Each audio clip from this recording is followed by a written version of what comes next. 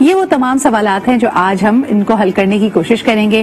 آج ہمارے پینل میں بھی 2 ایسی خواتین شامل ہیں جن کا الحمدللہ they have children who are adults now. اپنی اپنی زندگیوں میں وہ بھی مصروف ہیں, لیکن ساتھ ساتھ وہ اپنی زندگی کے مختلف پہلوؤں سے, because both of them are working women, both of them interact with young people, اور خاص طور پہ ایک کامیاب شادی شدہ زندگی کے ساتھ ہی وہ یہ تمام باقی کام بھی کر پا رہی ہیں.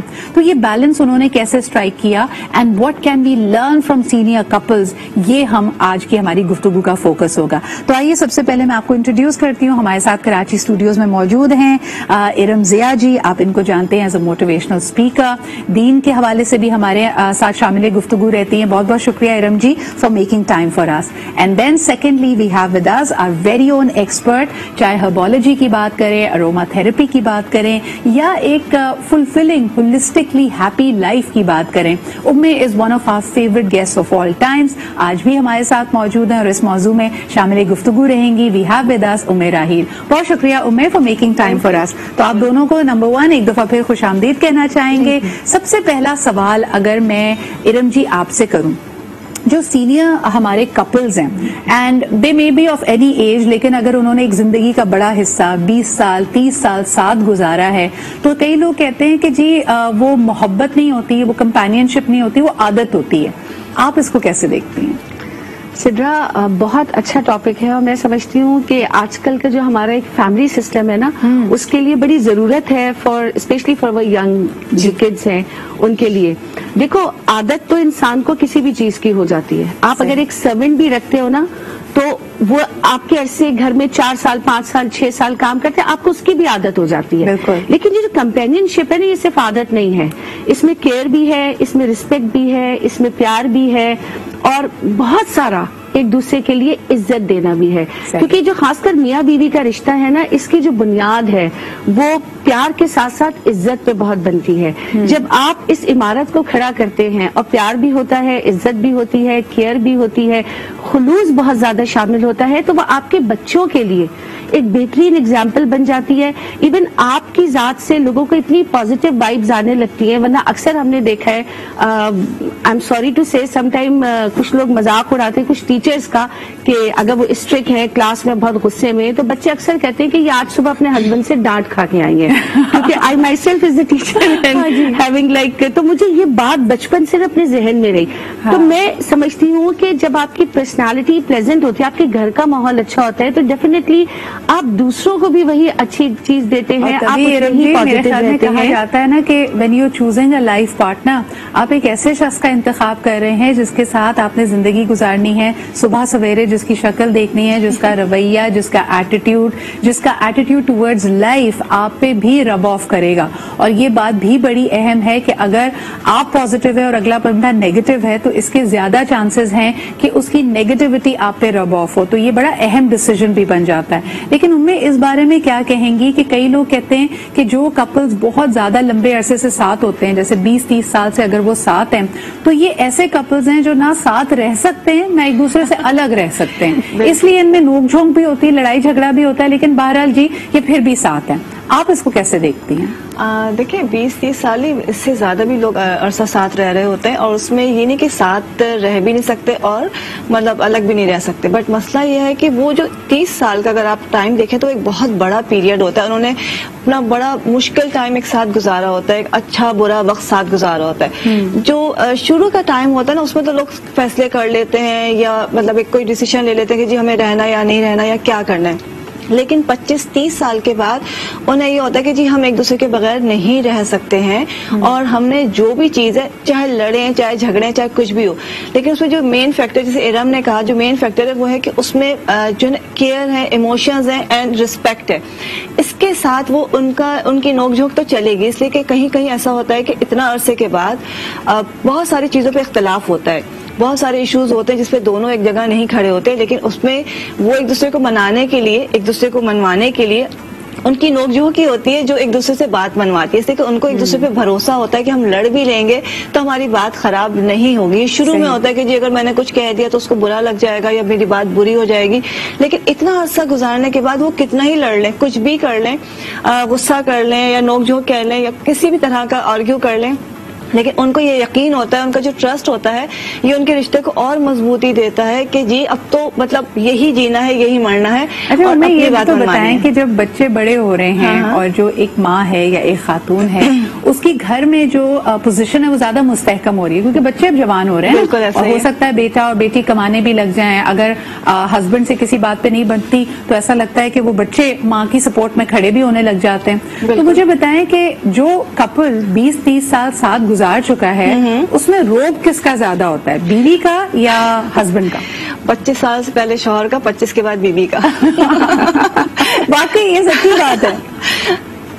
ایسا ہی اس لیے کہ 25 سال کے بعد ایک تو مرد بھی ریئلائز کرنے لگتے ہیں ہسبینڈ کہ جی میں نے بڑا ٹف ٹائم دیا ہے, یا ایک حاکمیت والے مطلب ایک جو رول تھا اس کا اس نے کیا ہے, اور اس نے بہت اچھا برا ٹائم میرے ساتھ گزارا. بچے جب بڑے ہونے لگتے ہیں تو عورت تھوڑی سی اسٹرانگ ہو جاتی ہے, وہ اپنے ہسبینڈ کو بھی سمجھنے لگتی ہے, اور بچے جو ہے وہ تو خیر دونوں کو سمجھتے ہیں.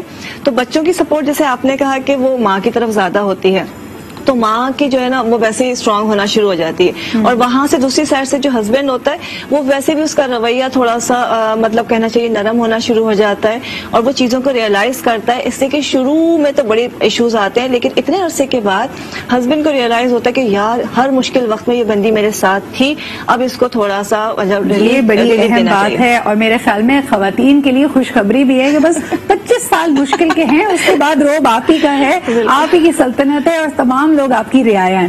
ایک چھوٹا سا بریک لیتے ہیں, واپس آئیں گے اور ہمارے جو سینئر میرڈ کپلز ہیں جنہوں نے زندگی کا ایک بڑا عرصہ ساتھ گزارا ہے, اتار چڑھاؤ ساتھ دیکھے ہیں, بچے ساتھ جوان کیے ہیں, ان کی زندگیوں سے ہم کیا سیکھ سکتے ہیں جو آج کے کپلز کے لیے, ینگر کپلز کے لیے رہنمائی بن سکتی ہے, اس پہ بات کرتے ہیں جی ایک چھوٹے سے بریک کے بعد.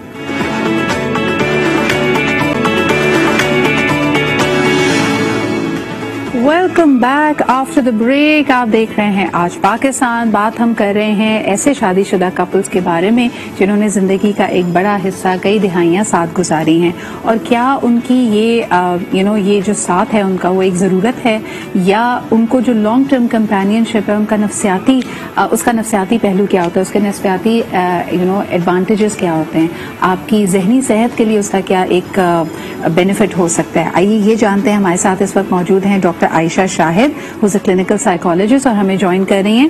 عائشہ ji welcome to the show. مجھے بتائیے کہ long term companionship, long term marriages کا انسان کی ذہنی صحت پہ, اس کی شخصیت پہ کیا مثبت اثر پڑتا ہے؟ Thank you for inviting me on the show Sidra. اگر ہم اس سوال کی بات کریں اور ہم لانگ ٹرم کمپینین شپ کی یا لانگ ٹرم شادی کی بات کریں تو اس میں جو ایک انسان ہے اس کی بیسک چاہ ہوتی ہے کہ وہ کہیں پہ بلانگ کرنا چاہتا ہے, سیفٹی فیل کرنا چاہتا ہے. صحیح. جو لانگ ٹرم ریلیشن شپس میں رہتے ہیں, یعنی لمبی شادی چلتی ہے, لمبا کوئی ازدواجی آپ کی کوئی اگر آپ کی زندگی چل رہی ہے, تو وہاں پہ انسان جو ہے بیسک سیفٹی کی فیلنگ ڈیولپ کرتا ہے, وہ اپنے آپ کو سیف فیل کرتا ہے دنیا کے اندر, کیونکہ ایک ایسے انسان کے ساتھ رہ رہا ہوتا ہے جس کو وہ جانتا ہے, جس کو پروٹیکٹ کر سکتا ہے, اس کے ساتھ ایک اپنی باتوں کو شیئر کر سکتا ہے. بالکل. عائشہ جی نفسیات کیا کہتی ہے, یعنی جیسے جیسے وقت گزرتا ہے تو یہ جو ایک دوسرے کے ساتھ بانڈنگ ہے یہ اسٹرانگ ہوتی جاتی ہے, یا جیسے اکثر لوگ کہتے ہیں کہ جی شادی کا ہنی مون پیریڈ ختم ہو گیا تو نوک جھونک شروع ہو گئی, لڑائیاں شروع ہو گئی, پہلے شادی کا جو پہلا فیز تھا وہ تو بڑا حسین تھا, بڑا رومانٹک تھا, لیکن وقت کے ساتھ ساتھ کڑواہٹ آ گئی, اور پھر اس کے بعد دوستی ہو گئی. تو یہ کیا فیزز سے ہم گزرتے ہیں لانگ ٹرم میرج؟ وہ ایک نیچرل فیز بھی ہے. جب آپ کی نئی نئی شادی ہوتی ہے تو کچھ سال جو ہوتے ہیں, کچھ مہینے جو شروع کے ہوتے ہیں, ڈیپینڈ کرتا ہے کپل کے اوپر کہ ان کی انڈرسٹینڈنگ کیسی ہے. وہ ہنی مون پیریڈ کہلاتا ہے. وہ والا پیریڈ ہوتا ہے جب آپ بہت زیادہ ایک آپ دوسرے میں انٹرسٹ لے رہے ہوتے ہیں, دوسرے کو جان رہے ہوتے ہیں, تو بہت سی چیزوں کو آپ اگنور بھی کر رہے ہوتے ہیں. ویسے یہ ہوتا ہے کہ جس پارٹنر کے ساتھ آپ رہ رہے ہوتے ہیں اس کی آپ کو کمیاں بھی نظر آتی ہیں, وہاں پہ آپ کو یہ بھی نظر آتا ہے کہ فلاں چیز ایسی ہو رہی جس پہ میں بالکل بھی اپنے رولز اینڈ ریگولیشن سے ہٹ نہیں سکتا یا میرے ایتھکس کے خلاف ہے, تو وہاں پر اختلافات آنے کے چانسز ہوتے ہیں. صحیح. لیکن بہت سے کپلز جو اس کو آپس میں بات چیت کے ذریعے, کمیونیکیشن کے ذریعے کیٹر کر دیتے ہیں, اس کا اظہار کر دیتے ہیں, تو وہ اس فیز سے نکل بھی جاتے ہیں.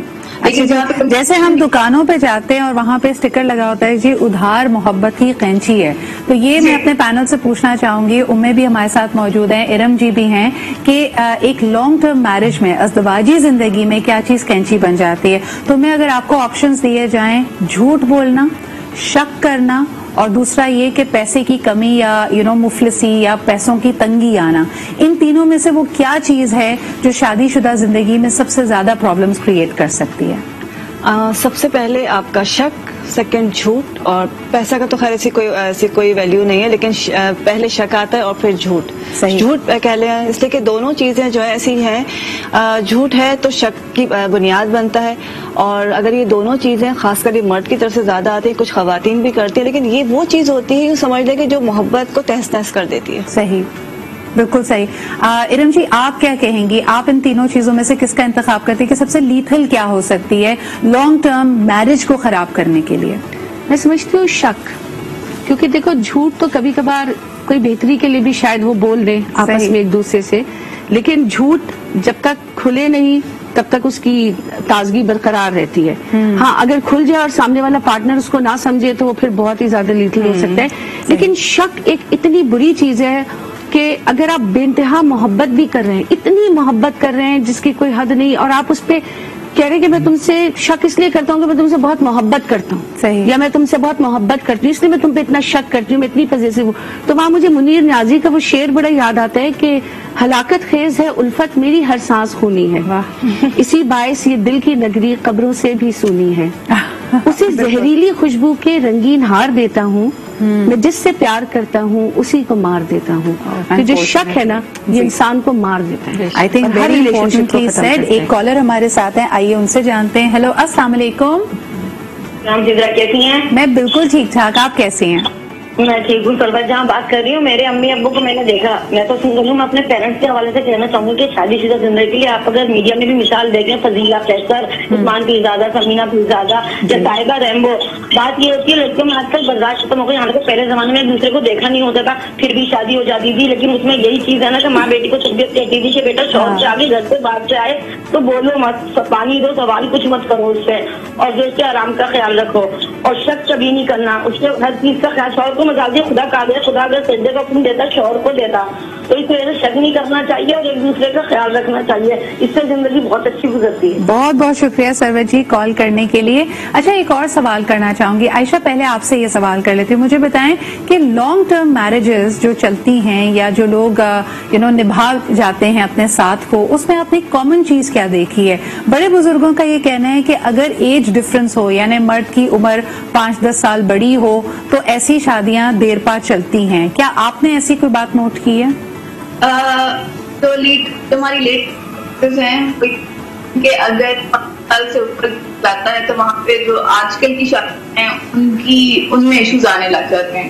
یہ اگر آپ 2 جنریشن پہلے کی بات کر لیں، اپنے سے بڑی جنریشن کی بات کریں، تو وہاں پر جو لانگ ٹرم ڈسٹینس تھا یا جو ایک لمبا ڈسٹینس تھا کپل کے اندر، وہ شادی میں ایک اچھی چیز کی زمانہ تھا. لیکن آج کل کا زمانہ جو ہے، لیکن یہ بات کیا ہم وثوق سے کہہ سکتے ہیں؟ تو تھوڑی سی آپ کی سوری آڈیو ڈسٹرب ہو رہی ہے.